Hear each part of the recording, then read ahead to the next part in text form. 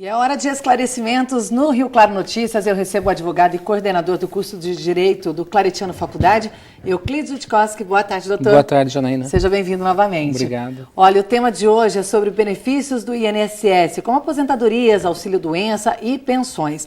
Doutor, a primeira pergunta. As pessoas têm muitas dúvidas ainda sobre correções.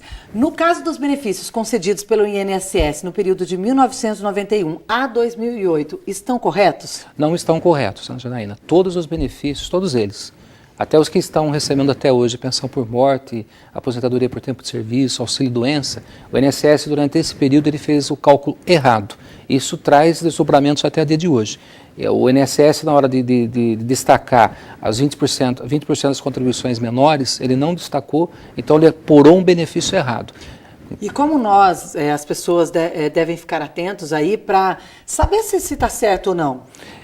Tem que pegar a carta de concessão do benefício, auxílio-doença, aposentadoria por tempo de serviço, invalidez, enfim. Pegar essa carta de concessão e um profissional vai verificar se de fato ocorreu o erro pelo parte do INSS. 99% das cartas de concessões que nós analisamos, às vezes até 100%, estão erradas. Mas as pessoas muitas vezes nem sabem disso, né? Não sabe, porque às vezes a pessoa, nesse interim, vamos supor, faleceu, a esposa está recebendo a pensão do marido e continua recebendo errado. Bom, e qual que é o prazo para requerer essas diferenças, doutor? Você tem o prazo, você pode requerer a qualquer tempo, né? E ela retroage nos últimos 5 anos. A Justiça já determina a regularização a partir de agora, então você já começa a receber o benefício de forma correta e ele pede para retroagir e pagar essas diferenças dos últimos 5 anos. Bom, isso de 91 a 2008, mas se alguém tiver uma dúvida a partir de 2008 também pode requerer cálculo? Na verdade tem que pegar o cálculo, pegar a carta de concessão e verificar se o cálculo está correto. Sempre é bom levar para um profissional, né, da área do direito previdenciário para poder fazer essa constatação. Bom, e todos os indeferimentos do INSS, como aposentadoria por tempo de serviço, conversão de tempo especial, etc., eles podem ser discutidos? Sim, pode sempre ser discutido. Nós temos o recurso na via administrativa e caso percebe-se que tem o direito e o INSS não está deferindo, nós podemos recorrer ao Poder Judiciário. O que é comum, Janaína, se você me permite, é os indeferimentos dos afastamentos. As pessoas às vezes não estão ainda em condição de retornar ao trabalho, a perícia do INSS acaba não deferindo a prorrogação do afastamento, muito, né? Então a pessoa fica naquela fase nebulosa, não consegue trabalhar porque ainda não está em condições físicas e o INSS também não concede o benefício. E a empresa não tem como remunerá-lo, porque ela remunera só os primeiros 15 dias, então ele fica sem remuneração, tanto do previdenciário como da empresa. Então ela tem que ir atrás dos direitos dela, entrar com uma ação judicial para que se efetue uma perícia nomeada pelo juiz e não pelo INSS, aí é o médico do juízo, para poder verificar. E a grande maioria dos casos nós temos conseguido sucesso em fazer com que esse benefício seja concedido e pago retroativo, desde a época era para ter sido pago. E por que será que acontece isso? É uma análise não bem interpretada aí do estado de saúde dessa pessoa ou porque são muitas pessoas aguardando? Teria uma causa? Eu vejo que é a questão de fluxo financeiro da Previdência. A Seguridade Social, o que ela puder fazer para não ter o desembolso, ela está fazendo. Então, dos desembolsos que custa para os cofres do INSS é a questão dos pagamentos, né, de afastamento, auxílio-doença. Então, eles restringem. Na dúvida, o médico acaba não autorizando e não deferindo a prorrogação.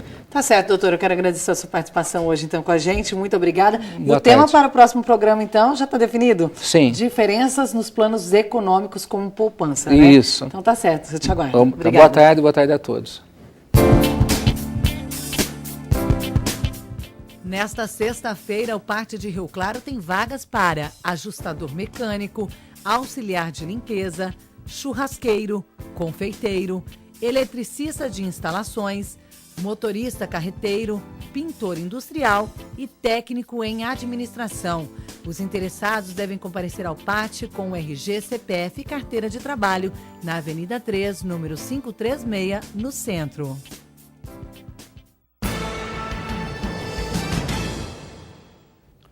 Olá para você de casa, uma ótima tarde. A gente agora fala de esporte aqui no Rio Claro Notícias. Recebo para comentar com a gente as informações Ivo Rosalém. Ivo, boa tarde. Boa tarde, Rafael, público da TV Claré. Tá acabando, né? O último dia hoje no jornal. Pois é. O pior é que eu acostumei. Na segunda a gente entra no nosso horário. Segunda começa o debate esportivo, né? Às 8 da noite. Às 8 da noite. Daqui a pouquinho a gente fala do programa que estreia. Muito debate, já tem presença confirmada que eu estou sabendo aí, pessoas aí ilustres que vão estar nesse primeiro programa, o debate esportivo. Mas a gente começa falando de Velo Clube, a gente tem imagens aí do lançamento do projeto de sócio-torcedor Coração Rubro Verde, tá aí as imagens. O lançamento foi ontem à noite no Benitão. E o Velo Clube, que é fazendo essa parceria com a empresa Ambev, né, essa cervejaria, que vai dar descontos para sócios torcedores do Velo que fizerem o seu cadastro, pagarem a mensalidade, aí vão ter direito, são 600 itens nos quais o torcedor do Velo pode ter desconto em supermercados, também setores de serviço. As mensalidades variam de R$20 até R$40.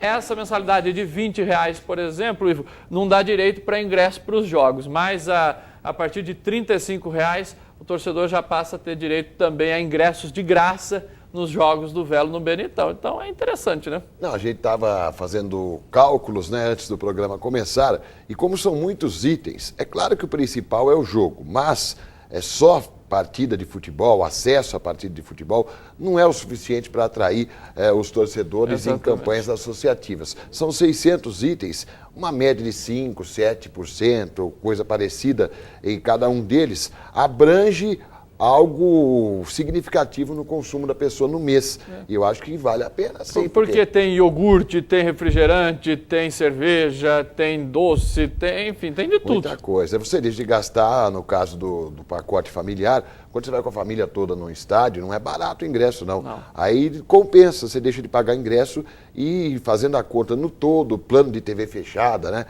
Exatamente, tem setor de serviço também. Você desconta aqui e ali, você pega uma graninha. Telefonia celular. Economizada no mês, vale a pena. Além de ajudar o Velão, né? Falo do Velão porque o Velo que fez aqui. Quem sabe o Rio Claro não entra nessa também. Exatamente, e é um projeto aí para times de futebol que levem, né, torcedores para o estádio, que tem o número de sócios. O Velo, se não me engano, tem 110 sócios e está ali entre a 40ª e a 50ª posição no ranking. Então o Velo tem tudo para dar certo, tomara, né, que vingue esse projeto aí, Coração Rubro Verde. Bom, a gente muda de assunto agora, vamos falar um pouco de projetos sociais aí que envolvem o esporte. Ontem a gente mostrou aqui o projeto de boxe do Marcos Macedo, lá no bairro Bom Sucesso, e ele que está descobrindo novos talentos. Mas hoje a gente vai mostrar outro projeto social que tem o esporte como base, esse é de handebol e já tem garotos convocados para a seleção brasileira de handebol aí nas categorias de base. Vamos dar uma olhada. Quando o projeto Crescer começou na quadra do Jardim Panorama, era apenas um programa social. Ninguém imaginava que um dia algum dos meninos daqui fosse muito longe na carreira esportiva. Muito menos convocado para a seleção brasileira. Pois na semana passada, Gustavo, que é professor de handebol do projeto, foi comunicado que o goleiro Gustavo e o meia Maicon estavam convocados para uma semana de treinamentos com a seleção sub-14.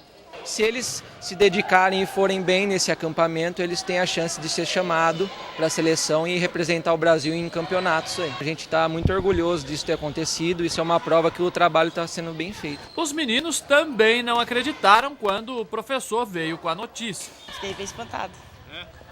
Por quê? Não esperava. Emocionante. Por quê?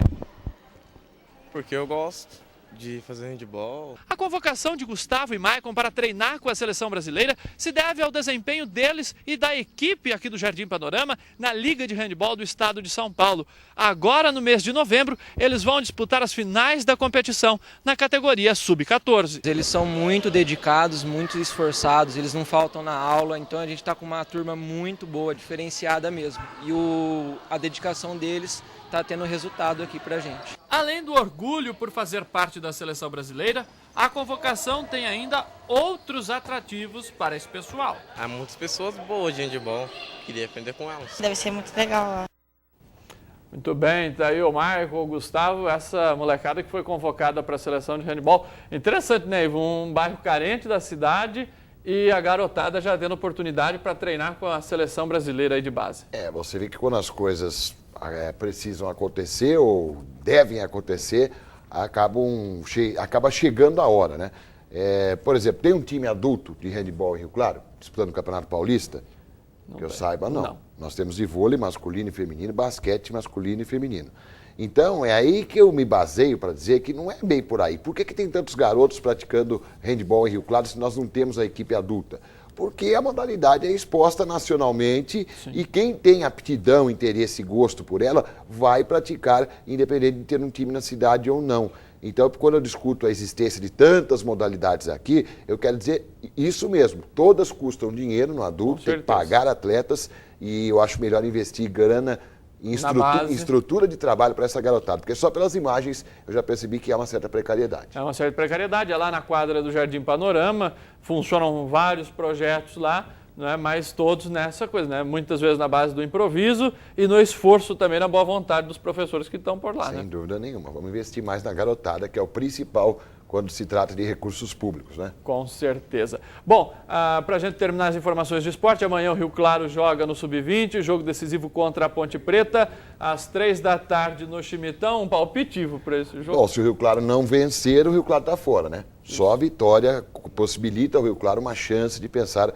em classificação. Então, é difícil. A Ponte acho que é líder. Deve vir com torcida. Isso, é líder. Vem com torcida para Rio Claro, como sempre acontece. Não sei, o Rio Claro não pode se considerar favorito para esse jogo, mas vai dar tudo e mais um pouco para não perder a esperança de seguir na competição. O torcedor deve apoiar a garotada. Exatamente. Hoje o vôlei masculino joga lá em Taubaté também. Tem que vencer, senão também está fora do Campeonato Paulista masculino. Ivo, segunda-feira então, convite feito para o pessoal. Às 8h, debate esportivo estreando. Exatamente. Meus amigos telespectadores aqui da TV Claré, eu e a equipe do debate esportivo, nós contamos com a audiência de vocês na segunda-feira. A partir de segunda-feira, começa às 8h e todos envolvidos nas principais modalidades esportivas aqui de Rio Claro passarão pelo nosso programa. O Velo terá seus representantes falando com a gente, o Rio Claro no futebol amador, basquete, confirmadas as presenças do técnico Chuí, novo contratado da nossa equipe, o Duda, o Marcelo Tamião, que é coordenador, o secretário de Esportes, Reginaldo Breda. Faremos o programa completo já nessa estreia, contando com a audiência de vocês. Beleza, então, Ivo, boa sorte para você, para a Vlada, para todo o pessoal aí do debate esportivo. E espero contar com você quando for possível no programa. Você, o Klaus Alteixilegger, as pratas da casa aqui que permaneceram durante minha ausência na TV Claré. Ok, é só convidar que a gente está por aí também colaborando no que for possível. Obrigado pela sua vinda aqui durante essa semana no Rio Claro Notícias. Seja sempre bem-vindo. Eu que agradeço pela oportunidade de fazer essa chamada para que a gente possa já começar com uma grande audiência.